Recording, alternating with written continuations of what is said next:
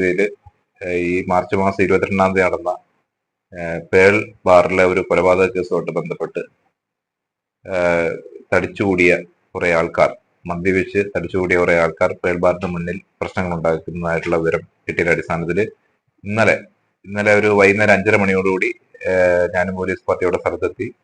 അവിടുന്ന് വളരെ മോശമായ രീതിയിൽ അവർ നമ്മളോട് പ്രവർത്തിക്കുകയും അതുപോലെ അവരെ അവിടുന്ന് 2 പേരെ നമ്മൾ ബലപ്രയോഗത്തിലൂടെ കസ്റ്റഡിയിലെടുത്ത് സ്റ്റേഷനിൽ കൂട്ടിക്കൊണ്ടുവരികയും ചെയ്തിട്ടുള്ളതാണ്.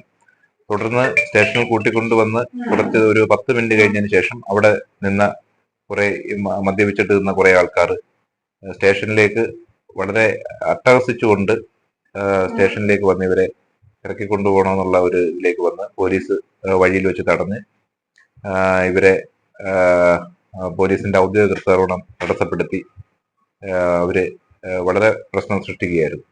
തുടർന്ന് നമ്മൾ അവരെ ഒരു 5ഓളം പേരെ അവിടുന്ന് അറസ്റ്റ് ചെയ്ത് നീക്കിയിട്ടുള്ളതാണ്. തുടർന്ന് ഇവര് ഈ അറസ്റ്റ് ചെയ്തതിന് മുമ്പ് ഇവര് പോലീസ് സ്റ്റേഷനിലേക്ക് ഈ കല്ലെറിയുകയും ചെയ്തിട്ടുള്ളതാണ്. അങ്ങനെയാണ് നമ്മൾ ഇവരെ പിടിച്ച് അറസ്റ്റ് ചെയ്ത് കോടതിയിൽ ഹാജരാക്കി റിമാൻഡ് ചെയ്തിട്ടുണ്ട്. കൊല്ലം ചടയമംഗലത്ത് പോലീസ് സ്റ്റേഷന് നേരെ കല്ലേറ് നടത്തിയ 7 പേരെ ചടയമംഗലം പോലീസ് അറസ്റ്റ് ചെയ്ത് റിമാൻഡ് ചെയ്തു. ഞായറാഴ്ച വൈകിട്ടാണ് പോലീസ് സ്റ്റേഷന് നേരെ കല്ലേറുണ്ടായത്. ഇതുമായി ബന്ധപ്പെട്ട് 7 പേരെ പോലീസ് അറസ്റ്റ് ചെയ്തു. ചടയമംഗലത്തും പരിസര പ്രദേശങ്ങളിലുമുള്ള റഷാദ്, ബുഹാരി, ഷാൻ, മുബീർ, ഷാൻ, ഷമീർ, ഷഹീൻ എന്നിവരാണ് പിടിയിലായത്. ഇവർ കാപ്പ കേസ് ഉൾപ്പെടെയുള്ള കേസുകളിലെ പ്രതികളാണെന്ന് പോലീസ് പറഞ്ഞു. കോടതിയിൽ ഹാജരാക്കിയ പ്രതികളെ കോടതി റിമാൻഡ് ചെയ്തു. ശനിയാഴ്ച രാത്രി ചടയമംഗലം ബാറിലുണ്ടായ സംഘർഷത്തിൽ CITU പ്രവർത്തകൻ കുത്തേറ്റ് മരിച്ചിരുന്നു. ഇതേ തുടർന്ന് ഇവിടെ സംഘർഷാവസ്ഥ നിലനിൽക്കുകയായിരുന്നു. ഇതിനിടെയാണ് പോലീസ് സ്റ്റേഷന് നേരെ കല്ലേറുണ്ടായത്. എന്നാൽ കല്ലെറിഞ്ഞ കേസിലെ പ്രതികളുമായി CPM-ന് യാതൊരു ബന്ധവുമില്ലെന്ന് CPM-ന്റെ നേതൃത്വം അറിയിച്ചു.